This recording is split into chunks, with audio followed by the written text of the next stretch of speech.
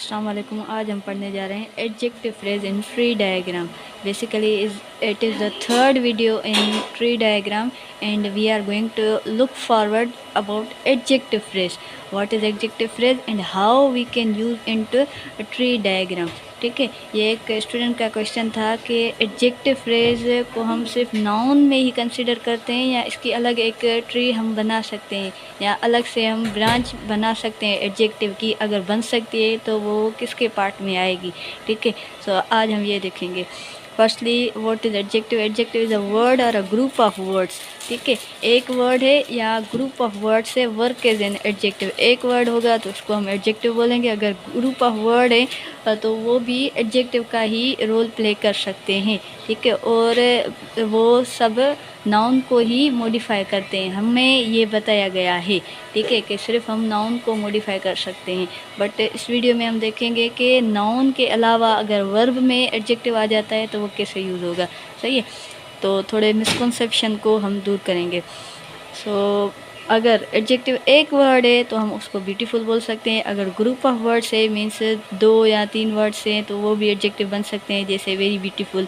ठीक है, सो tree diagram में बेसिकली एडजेक्टिव को प्लेस किया गया है सेंटेंसेस में 2 जगहों पे। ठीक है, 2 places in sentence. First before noun, that is also called pre modifier. जैसे हमने देखा हुआ है कि अगर नाउन से पहले आएगा तो वो नाउन फ्रेज बन जाएगा, जैसे a red book, a lengthy book, a serious movie and horror movie. ठीक है, सो वो हमारा नाउन फ्रेज में आ जाएगा एडजेक्टिव। सही है, और दूसरी जो एडजेक्टिव की जगह है वो आफ्टर वर्ब। सही है, फॉर एग्जांपल हम देखते हैं अली फील्स हैप्पी, तो ये जो हैप्पी है वो वर्ब के बाद आ गया है। तो यहाँ पे एडजेक्टिव की जगह कौन सी है, वर्ब के बाद वाली। इसके अलावा दे आर इल, और के बाद भी इल आ गया, मीन्स वर्ब के बाद आ गया। It is very hot, very hot 2 adjectives हैं, एक इंटेंसिफायर है और दूसरा एडजेक्टिव है, वो भी वर्ब के बाद आ गए हैं। ठीक है, तो ये हमें आज क्लियर करना है कि एडजेक्टिव की अलग ब्रांच बन सकती है, वो सिर्फ नाउन फ्रेज में नहीं आएगा। सही है, मैं आपको लाइव एग्जांपल में समझाती हूँ। So structure of AP means adjective phrase in tree diagram. सही है, कि कैसे हम एडजेक्टिव की अलग से ब्रांच बनाएंगे, कैसे इसकी स्ट्रक्चर बना सकते हैं। फर्स्टली हमने देखा है नाउन में, अब हम देखेंगे कि वर्ब के बाद कैसे यूज़ होगा। AP मीन्स एडजेक्टिव फ्रेज में कौन सी चीज़ें आ सकती है, एक खाली एडजेक्टिव आ सकता है। ठीक है, अगर आपने स्ट्रक्चर के हिसाब से लिखना है तो आप ऐसे लिखेंगे AP specifies adjective means single adjective. जैसे अली फील्स हैप्पी, यहाँ पे फील्स के बाद हैप्पी आ गया तो ये एक ही एडजेक्टिव है, मीन्स एडजेक्टिव फ्रेज में सिर्फ एक एडजेक्टिव है। फॉर एग्जांपल कैसे स्ट्रक्चर बनेगी, ये कंप्लीट सेंटेंस है, सब्जेक्ट NP, फिर आ गया VP, बस इतना बनाना है। सही है, NP में आ गया नाउन, VP में आ जाएगा V, फिर आ जाएगा एडजेक्टिव ADJ। सही है, एडजेक्टिव नाउन में हम लिखेंगे अली, वर्ब में लिखेंगे फील्स और एडजेक्टिव में लिखेंगे हैप्पी। ठीक है, अब हमने ये वर्ब के बाद एडजेक्टिव लगाया है, लेकिन इसकी ब्रांच हमने VP से ही निकाली है, क्योंकि इसमें फील्स क्या फील कर रहा है, हैप्पी फील कर रहा है। ठीक है, अगर ऐसा होता कि बिग बॉय फील्स हैप्पी। ठीक है, ये क्वेश्चन है कि हम ऐसे लिख सकते हैं, 2 एडजेक्टिव लगा सकते हैं। जी हाँ, बिल्कुल लगा सकते हैं, लेकिन हम फिर भी स्ट्रक्चर अगर एडजेक्टिव की देखनी है तो हम ये देखेंगे कि एडजेक्टिव में सिर्फ एक ही एडजेक्टिव यूज़ हुआ है जो कि हैप्पी है। अगर बिग की बात करें तो ये नाउन का एडजेक्टिव हो जाएगा, मीन्स प्री मॉडिफायर। तो इसकी हम कैसे स्ट्रक्चर बनाएंगे, सिंपल है सेंटेंस, सेंटेंस डिवाइड हो गया NP में और VP में। ठीक है, अब NP में 3 चीज़ें हैं, means article, adjective and then noun. सही है, और VP में आ गया V और अलग से एडजेक्टिव। सही है, a big boy feels happy. ठीक है, तो यहाँ पे एडजेक्टिव फ्रेज में सिर्फ एक ही एडजेक्टिव यूज़ हो गया। ये जो एडजेक्टिव है बिग वाला वो नाउन का पार्ट है, ठीक है, तो हम इसको कंसीडर नहीं करेंगे अगर हम एडजेक्टिव फ्रेज को देखेंगे। ये वाला एडजेक्टिव नाउन का है, तो ये अलग से एडजेक्टिव होगा, वो सिर्फ सिंगल का होगा। तो ये अब अगर हमारे पास एक सेंटेंस है, अली फील्स वेरी हैप्पी, यहाँ पे दो एडजेक्टिव्स हैं, एक है इंटेंसिफायर मीन्स शिद्दत दिखा रहा है, और दूसरा एडजेक्टिव प्योर एडजेक्टिव। तो इसकी स्ट्रक्चर कैसे बनेगी? A P means adjective phrase specifies intensifier and adjective. यहाँ पे इंटेंसिफायर मैंने स्मॉल ब्रैकेट में लिखा है क्योंकि ये ऑप्शनल बन सकता है। सही है, तो अब इसकी स्ट्रक्चर कैसे बनेगी? S means sentence, N P और वी पी। सही है, इतनी। उसके बाद एन पी में आ गया खाली N means noun, V P में आ गया वी मीन्स वर्ब। फिर एडजेक्टिव की हमने अलग से ब्रांच बनाई, जो कि एडजेक्टिव अब डिवाइड हो जाएगा, एक इंटेंसिफायर में और दूसरा एडजेक्टिव में। सही है, मीन्स अली, वर्ब का आ गया फील्स, इंटेंसिफायर में आ गया वेरी और एडजेक्टिव में आ गया हैप्पी। ठीक है, इंटेंसिफायर किस पे रिलाई कर रहा है? हैप्पी पे मीन्स एडजेक्टिव पे, तभी हमने इंटेंसिफायर की ब्रांच भी एडजेक्टिव से ही निकाली है। ठीक है, अब नंबर 3 हम देखेंगे। नंबर 3 सेंटेंस है I am proud of you. ठीक है, ये तो बहुत कॉमन सेंटेंस है। अब अगर इसकी हम ब्रांचेस बनाएं या स्ट्रक्चर बनाएं तो कैसे बनाएंगे? तो यहाँ पे हमने देखना है कि प्राउड में किसकी हम बात कर रहे हैं। ठीक है, मैं तो प्राउड फील कर रही हूँ, बट किस पे? तुम पे। सही है, तो अब ये प्राउड जो है वो प्रीपोजिशनल फ्रेज पे रिलाई कर रहा है। इसकी स्ट्रक्चर कैसे बनेगी? A P specifies adjective then prepositional phrase. ठीक है, अब एडजेक्टिव में हम ज़्यादातर किसकी बात करेंगे? प्रीपोजिशन की। सही है, अब इसकी स्ट्रक्चर कैसे बनेगी? फिर से हम सेंटेंस को डिवाइड करेंगे एन पी और वी पी में, ज़्यादा हमने ब्रांचेस नहीं बनानी। सही है, फिर आ गया नाउन, नाउन में हमारे पास आ गया प्रोनाउन, और वीपी में हम देखेंगे कि कैसे ब्रांचेस बनेंगी। वीपी में आ गया वी मीन्स एम, फिर वीपी में प्राउड मीन्स एडजेक्टिव। सही है, अब हमने देखना है एडजेक्टिव फ्रेज में कौन सी दो चीज़ें आ रही हैं। एक हो गया एडजेक्टिव खाली और दूसरा आ गया PP means of you. PP तो हमने लिखा पीपी। ठीक है, मीन्स प्रीपोजिशनल फ्रेज। प्रीपोजिशन में कौन सी चीज़ें हैं? एक हो गया ऑफ मीन्स खाली पी प्रेप, और ऑफ यू ऑफ आ गया, यू हम लिखेंगे एन पी में means noun phrase. Noun phrase के बाद ये हो गया हमारा प्रोनाउन। ठीक है, ये हमारी स्ट्रक्चर बनेगी। एस डिवाइड होगा एन पी और वी पी में। एन पी में हम लिखेंगे प्रोनाउन और वी पी में लिखेंगे V divided by adjective. Adjective में हमने लिखा है कि कौन सी चीज़ें आ रही है, एक एडजेक्टिव, दूसरा पीपी प्रीपोजिशनल फ्रेज। तो एडजेक्टिव एंड पीपी, पीपी में फिर प्रीपोजिशन ऑफ का, फिर एनपी, एनपी में हम प्रोनाउन लिखेंगे। आपने ये नोट किया होगा कि हम प्रोनाउन को अलग से प्रोनाउन का ब्रांच नहीं लिखते हैं, प्रोनाउन हमारा नाउन में कंसीडर हो जाता है। सही है, अब प्रोनाउन में आ गया हमारा आई, वी में मीन्स हेल्पिंग वर्ब हो गया एम। सही है, फिर एडजेक्टिव में आ गया प्राउड, प्रीपोजिशन में आ गया ऑफ एंड प्रोनाउन में आ गया यू। ठीक है, आपने देखा कि एडजेक्टिव की जो ब्रांच है वो वर्ब से ही आती है, फिर एडजेक्टिव से हम प्रीपोजिशन निकालते हैं, फिर प्रीपोजिशन से हम नाउन निकाल रहे हैं। अलग से हमने इन एडजेक्टिव की अलग से यहाँ पे ब्रांच नहीं बनानी है। ठीक है, ये आपने याद रखना है।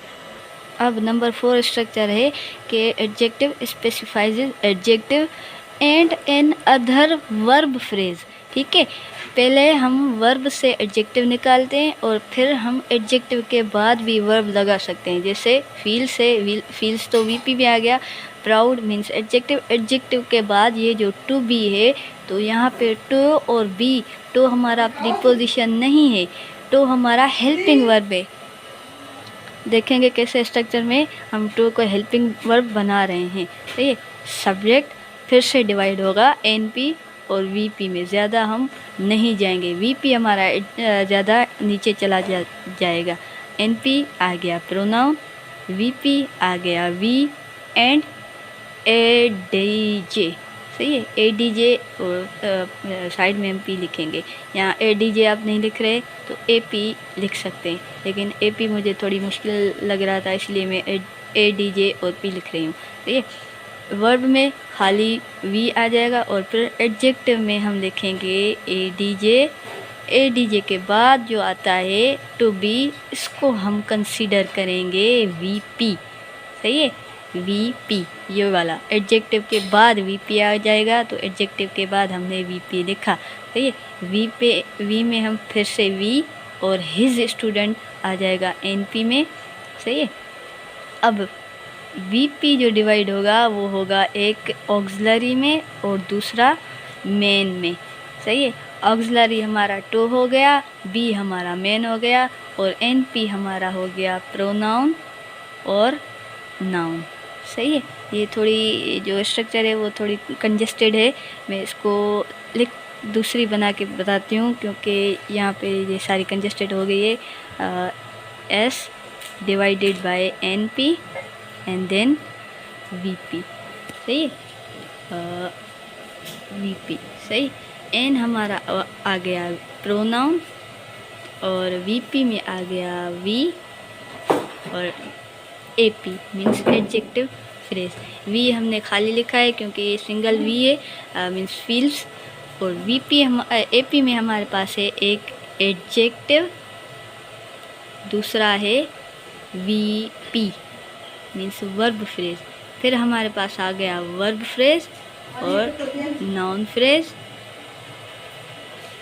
सही, ऑक्सिलरी एंड मेन, फिर प्रोनाउन और नाउन, सही है। ये हमारा, ठीक है, ये हमारी स्ट्रक्चर बन चुकी है। प्रोनाउन में आ गया शी और वर्ब में आ गया फील्स, यहाँ पे एडजेक्टिव में आ गया प्राउड, ऑक्सिलरी में आ गया टू, मेन में आ गया बी, प्रोनाउन में आ गया हिज और नाउन में आ गया स्टूडेंट, ठीक है। तो हमें ये पता चला कि एडजेक्टिव वर्ब को मॉडिफाई करता है, सही है। जैसे हमारी स्ट्रक्चर बनी हुई है, ये स्ट्रक्चर कंजेस्टेड थी, सो इसको ख़त्म करो और ये देखो, सही है। उसके बाद एक और स्ट्रक्चर आ जाती है जिसमें एडजेक्टिव कॉम्प्लीमेंट्री फ्रेज को स्पेसिफाई करता है, ये हम देखेंगे अभी। Adjective specifies adjective complementary phrase slash sentence, S for sentence, ठीक है। अब कॉम्प्लीमेंट्री और स्लैश और सेंटेंस वगैरह क्या है देखें। शी फेल्ट हैप्पी एक इंडिपेंडेंट सेंटेंस है और इसकी कंप्लीट मीनिंग भी आ जाती है, ठीक है। उसके बाद his son won the game, ये भी एक कंप्लीट सेंटेंस है। अब इन दोनों सेंटेंसेस को जो जोड़ के रख रहा है वो है डेट, सही है। तो ये डेट जो है वो कॉम्प्लीमेंट्री है, कॉम्प्लीमेंट्री फ्रेज है और उसके बाद एक सेंटेंस आ जाता है, सही। अब आपने ये समझना है कि ये अगर हम देखें तो ये है तो एक ही सेंटेंस। अब एक ही सेंटेंस को एडजेक्टिव कैसे मॉडिफाई करता है और कैसे हम इसको स्ट्रक्चर दे सकते हैं, बेसिकली इसको हम रखेंगे एक ही सेंटेंस में, S divided into same N P and then V P, ठीक है। उसके बाद हमने नहीं जाना कहीं भी। एन पी में आ गया हमारा नाउन शी और वी पी में आ गया हमारा वी मीन्स फील्स, सही है।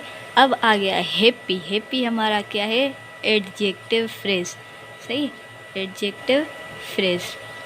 अब एडजेक्टिव फ्रेज में आप देखेंगे एक हो गया एडजेक्टिव मीन्स हैप्पी, उसके बाद है डेट, डेट को हम कंसीडर करेंगे क्या, C P means complementary phrase. Complementary phrase में कौन सी चीज़ें आ जाती है, एक है सी मीन्स डेट और फिर आ जाता है हमारा सेंटेंस, सही है, C P slash S sentence. Sentence में अब हम इस सारे sentence his son won the game को फिर से डिवाइड करेंगे एन पी और वी पी में, ठीक है।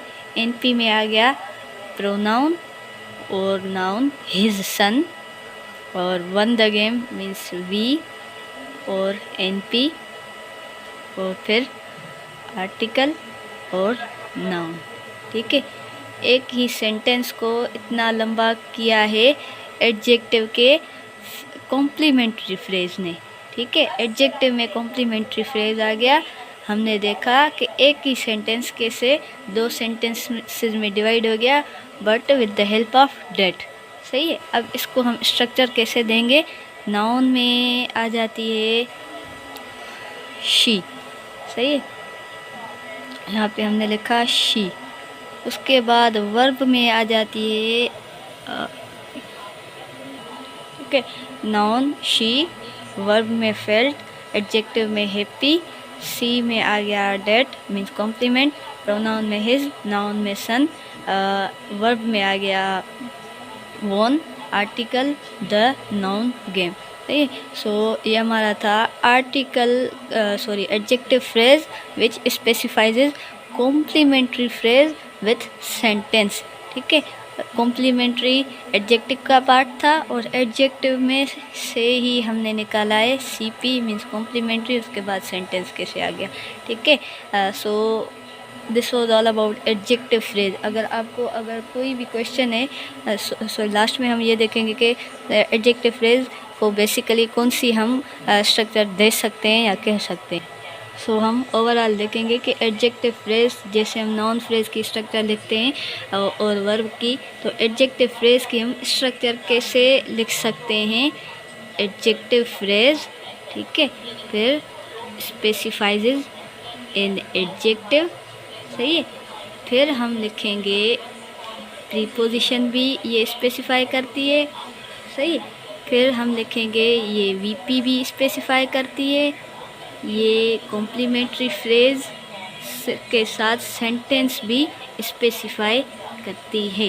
ठीक है, ये जो लार्ज ब्रैकेट है, लार्ज ब्रैकेट मीन्स कंपलसरी है एडजेक्टिव फ्रेज में एडजेक्टिव का आना, और ये जो स्मॉल ब्रैकेट्स हैं वो ये हैं कि ऑप्शनल हैं।